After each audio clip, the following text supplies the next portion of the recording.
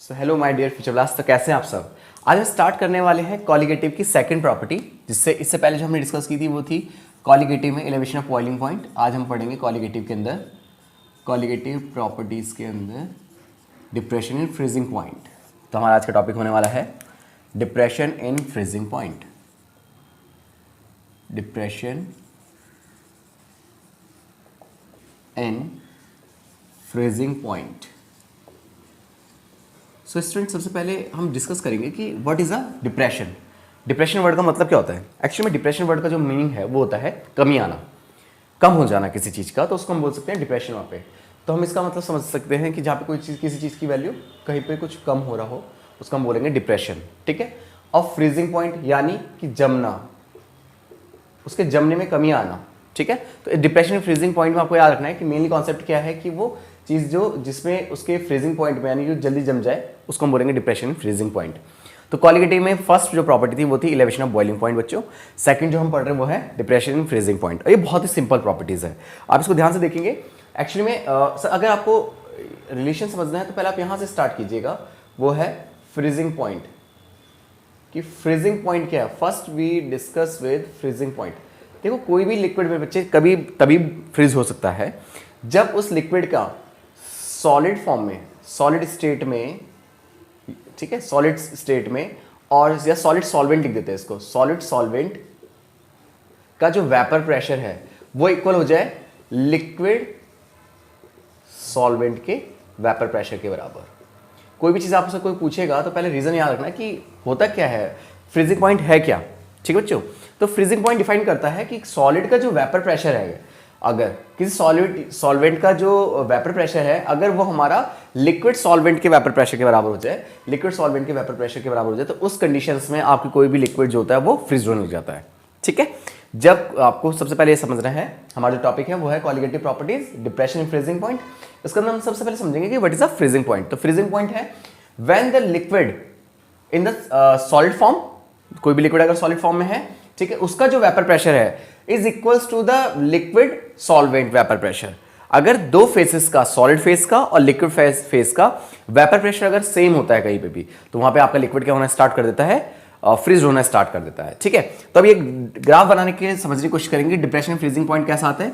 तो समझ लीजिए ये हमारा हो गया एक ग्राफ बनाने की कोशिश करेंगे। इसमें हम लिखेंगे यहाँ पे वेपर प्रेशर और इस टाइम लिख देते हैं हम इसके टेम्परेचर। ठीक है। एक तरफ वेपर प्रेशर लिखा, एक तरफ हमने टेम्परेचर लिखा।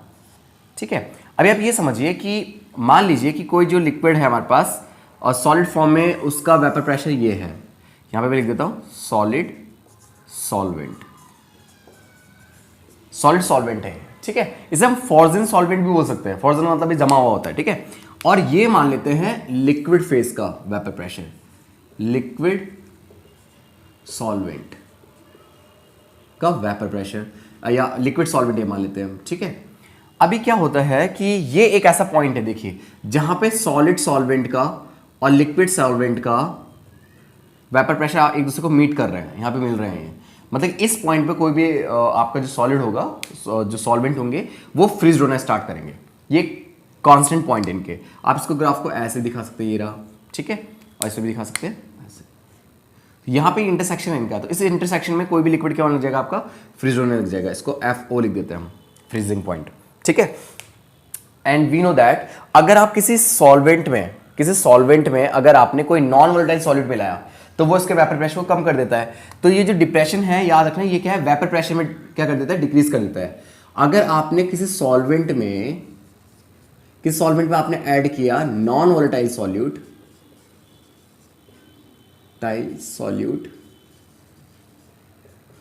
लाइक शुगर, लाइक NaCl, अगर आपने किसी सॉल्वेंट में कोई नॉन वोलेटाइल सॉल्यूट मिलाया तो वो इसके वेपर प्रेशर को क्या कर देगा बच्चों, डिक्रीज कर देगा। अगर वेपर प्रेशर डिक्रीज होगा तो ये जो सॉल्वेंट था अभी तक, प्योर सॉल्वेंट, वो उसका वेपर प्रेशर डिक्रीज होगा और उसको हमने डिक्रीज करके ऐसे दिखा दिया। ठीक है। ये हमारा सॉल्यूशन हो गया। सॉल्यूशन किस किस चीज का है, ये था सॉल्वेंट का, और किसका है, नॉन वोलेटाइल सॉल्यूट का, नॉन वोलेटाइल सॉल्यूट। सो जब भी हम किसी सॉल्वेंट में नॉन वोलेटाइल सॉल्यूट मिलाते हैं तो वो वेपर प्रेशर को डिक्रीज कर देता है। अगर आप देखेंगे वेपर प्रेशर जैसे डिक्रीज होगा, वेपर प्रेशर आपका यहाँ पे आगे है, इतना कम हो गया वेपर प्रेशर। पहले वेपर प्रेशर इतने यहाँ पे था, अब वेपर प्रेशर आपका कुछ यहाँ पे पहुँच चुका है, इतना कम हो गया है। तो अगर वेपर प्रेशर कम होगा तो ये जल्दी मीट करेगा सॉलिड वाले पॉइंट को। सॉलिड सॉल्वेंट का जो वेपर प्रेशर है वो ये वाली वैल्यूज़ है पूरी। अभी आप देखो कि जो सॉल्यूशन जैसे हमारा प्रिपेयर हुआ तो जल्दी टच करने लगेगा इसको। अब ये जल्दी से क्या हो रहे हैं, एक ही पॉइंट में मिल रहे हैं, यानी सॉलिड सॉल्वेंट का जो प्रेशर है, जो वेपर प्रेशर है, वो सॉल्यूशन के वेपर प्रेशर के साथ जल्दी बन जा रहा है, जल्दी मिल रहा है। इसका मतलब वो बहुत ही जल्दी फ्रीज हो जाएगा। इन दोनों के बीच में ही हमारा बनेगा del T F, depression in freezing point. पहले वो यहाँ पे फ्रीज हो रहा था, वो और जल्दी फ्रीज हो जाएगा, क्योंकि वेपर प्रेशर अगर कम होगा तो बॉइलिंग पॉइंट बढ़ता है, जबकि डिप्रेशन इन फ्रीजिंग पॉइंट घट जाता है। यहाँ पे देख रहे हैं आप, ये डिक्रीज हो गया हमारा, जो वेपर प्रेशर था वो डिक्रीज हो, वेपर प्रेशर डिक्रीज हो, तो अब ये इस वाले बार को जल्दी टच कर दे रहा है। सॉल्वेंट इस बार को यहाँ पे टच कर रहा था, अब सॉल्यूशन इस बार को जल्दी टच कर दे रहा है, तो जल्दी से क्या हो जाएगा, फ्रीज हो जाएगा। तो फ्रीजिंग पॉइंट पर क्या आ गया हमारा, डिप्रेशन आ गया। तो हम इसे लिखेंगे कैसे, हम इसको ऐसे इस तरह से फॉर्मूला लिखते हैं, del T F is directly proportional to M. किस पे डिपेंड करता है, ये मोलैरिटी पे डिपेंड करता है, किसकी, जो सॉलिड की जो मोलैरिटी बनेगी उस पर डिपेंड करेगा, सॉल्यूशन की जो मोलैरिटी होगी उस पर डिपेंड भी करेगा। और डेल टी एफ को अगर आप इसको हटाएंगे डायरेक्टली प्रोपोर्शनल टू कांस्टेंट के एफ आप यहाँ पे यूज कर सकते हैं, वेयर के F is a molar elevation constant. इसको हम क्या बोलते हैं, molar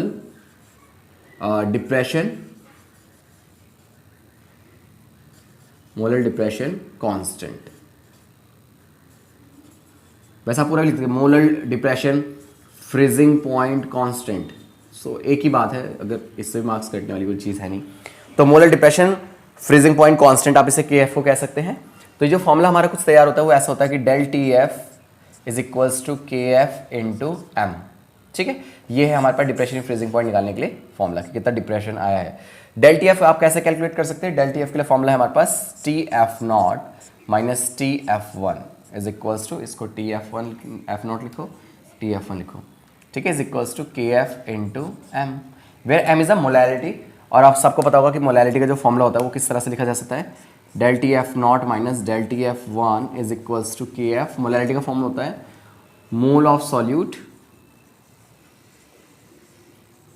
upon mass of solvent in KG, mass of solvent in KG. So this is the depression freezing point. एक बार फटाफट से रिकॉल कर लेते हैं। देखिए स्टूडेंट, क्वालिटेटिव प्रॉपर्टीज में सेकंड जो प्रॉपर्टी उसका नाम है डिप्रेशन फ्रीजिंग पॉइंट। तो डिप्रेशन फ्रीजिंग पॉइंट में होता क्या है, पहले आप ये समझ लीजिए कि फ्रीजिंग पॉइंट क्या है। फ्रीजिंग, कोई भी चीज तभी फ्रीज हो सकती है जब उसके सॉलिड स्टेट में सॉलिड सॉल्वेंट का जो वेपर प्रेशर होता है वो लिक्विड सॉल्वेंट के वेपर प्रेशर के बराबर हो जाए।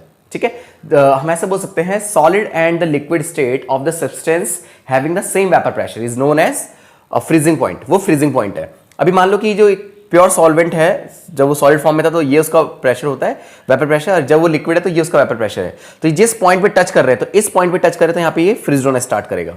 ठीक है, वाटर के लिए 0 डिग्री सेल्सियस हो सकता है। अब जैसे आपने किसी लिक्विड में नॉन वोलेटाइल सॉल्यूट मिलाया तो वो बन गया सॉल्यूशन। अब ये क्या हुआ, इसका वेपर प्रेशर क्योंकि डिक्रीज हो गया तो वो जल्दी मीट करेगा इस पॉइंट पे, सॉलिड सॉल्वेंट के जल्दी इस पॉइंट पे जल्दी मीट करेगा। इसका मतलब वो जल्दी से क्या हो जाएगा, फ्रीज हो जाएगा। ठीक है, तो ये जो डिफरेंस आया है ना, इसी को हम डिप्रेशन इन फ्रीजिंग पॉइंट कहते हैं। पहले 0 डिग्री, अब वो माइनस में पहले हो जाएगा पॉइंट, ठीक है ना, फ्रीज जल्दी हो जाएगा। तो इसका मतलब होगा कि ये आपका क्या हो जाएगा, इसका depression in freezing point.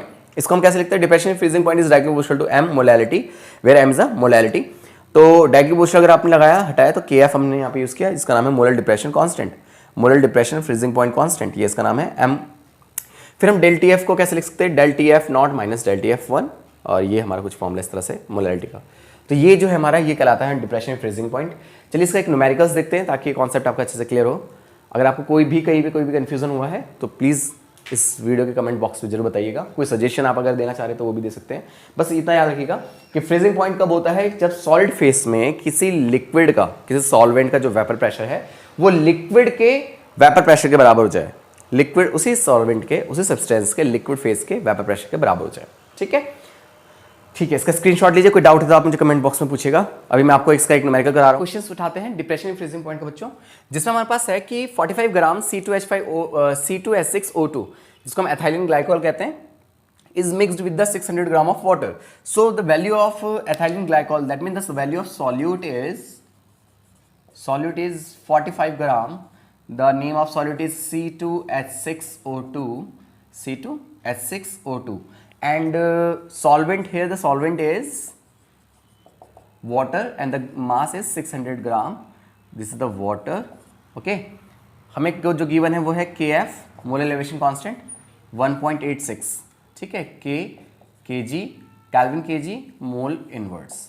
So the value of del T F we have to calculate with respect to M is that proportional to m. The formula of del TF is equals to KF into m. तो del TF के लिए formula हो जाएगा del TF as it is रहेगा del TF is equals to KF की value 1.86 into m. m is the molarity. molarity के लिए formula होता है given mass of solute, formula क्या होता है गिवन मास ऑफ सॉल्यूट जो कि हमारे पास 45 ग्राम है अपॉन सॉल्यूट का मोलर मास। सो सॉल्यूट का मोलर मास कैलकुलेट किस तरह से कर सकते हैं, carbon is 2 carbon H6O2, 2 into 12 plus 6 into 1 plus 16 into 2, 16 to the 32 plus 6 plus 24, 30 plus 32, that means 62.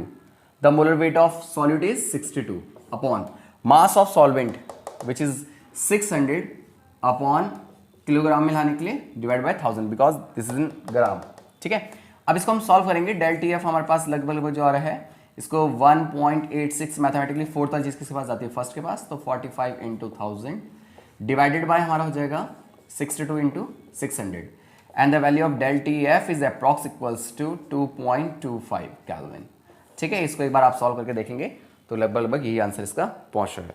I hope you understand. कहीं पर अगर आपको कोई डाउट है, कोई क्वेश्चन पे कोई कंफ्यूजन है तो आप पूछ सकते हैं। डेल टी एफ के एफ हमारे पास ऑलरेडी गिवन था, गिवन मास हमें दे रखा था, मोलर मास हमने कैलकुलेट कर लिया है और सॉल्वेंट का मास दे रहा जो कि ग्राम में था, किलोग्राम में लाने के लिए 1000 से डिवाइड किया और फोर्थ वाली चीज फर्स्ट के पास, थर्ड वाली चीज सेकंड के पास, और सॉल्व करने के बाद हमारे पास डेल टी एफ यानी कि मोलर डिप्रेशन कांस्टेंट हमने कैलकुलेट किया। I hope you understand. अगर कहीं पे कोई भी सजेशन आप देना चाहते हैं वीडियो को लेके, क्वेश्चंस को लेके, किसी चीज़ को लेके, तो प्लीज़ मोस्ट वेलकम है आपका, ठीक है। Thank you so much.